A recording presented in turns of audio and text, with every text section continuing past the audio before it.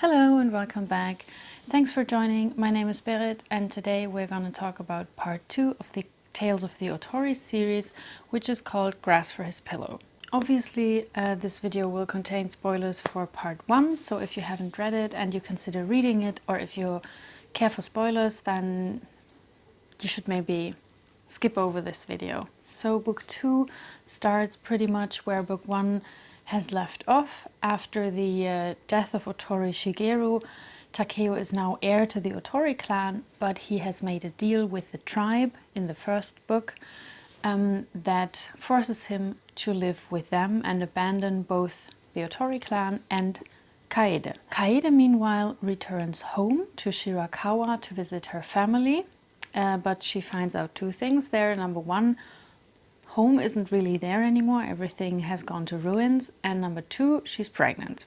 And while Takeo in this book is torn between his loyalty for the Otori clan and his deal that he made with the tribe, Kaede has to learn how to persist and gain power as a woman in a world ruled by men. So, fun fact about this book. The title of this book, Grass for His Pillow, is contained in an epigram in a poem in book 1.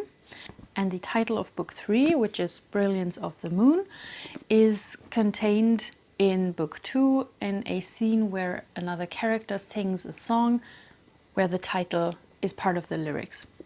And I think that's pretty cool. It kind of ties the three titles together and makes them seem very intentional. I mean, of course, a title is always intentional, but I like that the titles of the books are kind of cross-referenced throughout the books. And also the poem in book 1 kind of gives a hint about one of the characteristics of book 2, because that poem talks about a journey and book 2 is marked by a journey, which I will talk a bit more about later on. What I liked in this book was that we get to know Kaede a lot better. She gains much character depth because she gets more agency, she gets an education like a man, which is quite unusual in this world and in this time, and she becomes very interesting, I think. And also, overall, I think this is a good sequel to the first book, because on the one hand, important things from the first book are taken up here when they are important, but on the other hand,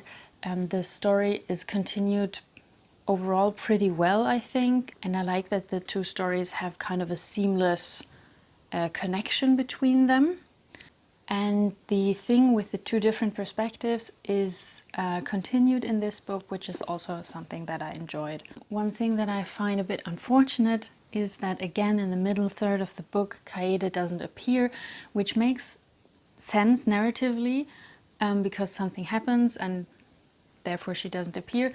But still, I find it unfortunate because, again, we have like the middle part where we have nothing of her, and I find her more interesting than Takeo, to be honest. And also, something at the end made me very mad in this book, which I will talk about more just in a bit, but the ending of this one didn't really satisfy me. So this will already conclude the spoiler-free section of this video. So if you haven't read this book, if you care for spoilers, then thank you for sticking around so far, and maybe I'll see you in the next one. And for everybody else, we will now enter spoiler land. So I said that I find Kaede more interesting than Takeo, and to be honest, the part of the story that follows Takeo, I find it a bit less interesting than Kaede's story, and therefore I find it so unfortunate that she's not there for a whole third of the book. I didn't like that Takeo starts this affair thing with Yuki, because for the conflict that he seems to experience because of that, because he always, the whole time he thinks about how much he misses Kaede and how much he loves her, but still he goes to sleep with Yuki pretty much every night. I think if you want to explore the conflict that he seems to be experiencing, then I would need a little more depth there, because in this case I was just like, well, how much of a conflict is that for you really? Because it doesn't seem like a big conflict. On the other hand, what I did like was that it turns out the tribe used him to breed a new assassin because they kind of suspect his illoyalty. And I thought that was kind of a cool move from the tribe. I would also say it wasn't a surprise that Takeo goes back to the Otori, but I did like how they made that scene, that it's connected to his teacher, Ichiro. In the first book, it's pretty well established that Ichiro and Takeo are not exactly each other's biggest fans, but therefore I like that his returning to the Otori is connected to the teacher. I also absolutely like that it turns out Takeo is related to the Otori, because in the first book I think they lay good groundwork for that, because they say so often that Takeo really looks like Shigeru's brother, but then it's never taken up that he is actually related to them. So for me in book 2 it was still a surprise that he was, and I think it was pretty believable. So that was kind of a positive twist that made me happy. But overall I have to say Takeo's journey was not the most interesting part of the book for me. I think especially towards the ending of his journey, where he's pretty near Terayama, more than once he meets, like coincidentally, a very helpful person that he knows from book 1, and I thought that was kind of too easy in a way. And as I said, I absolutely liked Kaede's development. I like that she gets more agency, but one of the things that almost kind of annoyed me in this book was that the story insists very much on Kaede's reputation, that she brings death to every man who desires her. And that every time the story does bring that up, Kaede thinks, well, but Takeo has slept with me and he still lives. And then that got to a point where I thought, yeah, I know, I was there and I found the scene highly problematic, pretty morbid. I didn't need that much insistence on that specific reputation of hers.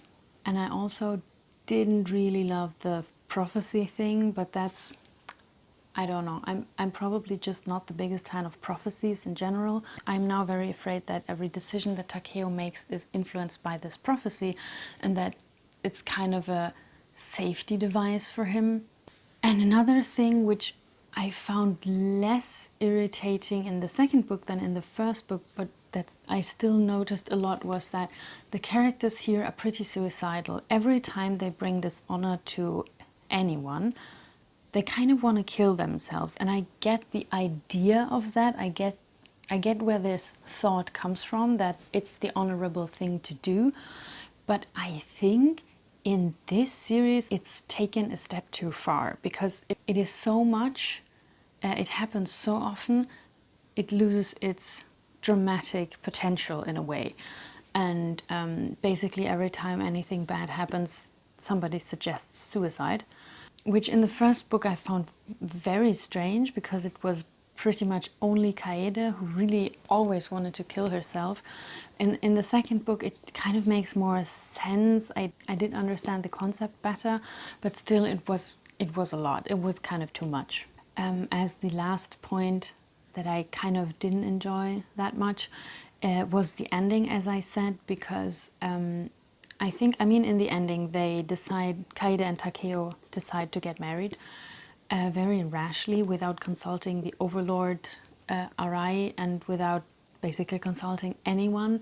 And everybody around them tells them that this is stupid, that they have to respect the rules, that they have to consider power relations and everything, and that they shouldn't just go ahead and execute the Las Vegas version of weddings in this world, but they do anyway. And my problem with that was, on the one hand, the fact that this is a very stupid decision and everybody tells them it's stupid, and on the other hand, my problem with that was also that the love story for me wasn't believable enough in the first place to now suffer with them, or to now root for them to get married anyway and just defy the rules, because I would have needed more relationship development in the first book for that to be more believable. And I mean, there's heavy foreshadowing at the end of the second book, saying that this was a bad decision, this will have bad consequences, and a very mean part of me thinks, maybe you deserve some of the consequences you're about to face.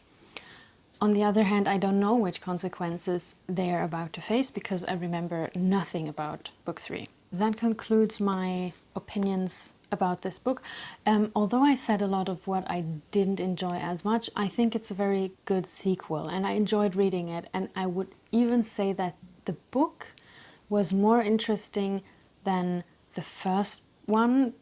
I was emotionally less involved in the second one, but I think plot-wise this one was more interesting, and I think that's a strong sequel, because although some things happen that I'm not very happy with, it was very interesting to read and I enjoyed the reading experience a lot. I'm very new to Goodread Dimensions, but I think I would give the first book a 3.5 out of 5, and I think I would give this one a 3 out of 5, which I think is still pretty good. And I mean, I'm also not sure how much my criticism may stem from the fact that I am not the target audience, because this is a YA series. I'm not the target group for that anymore. But as I said, it's a good sequel. So I hope you enjoyed this video. I would be very interested to know what you think of the series, if you have read it, and if so, what your thoughts and feelings are. Thank you for sticking around, and maybe I'll see you in the next one. Bye.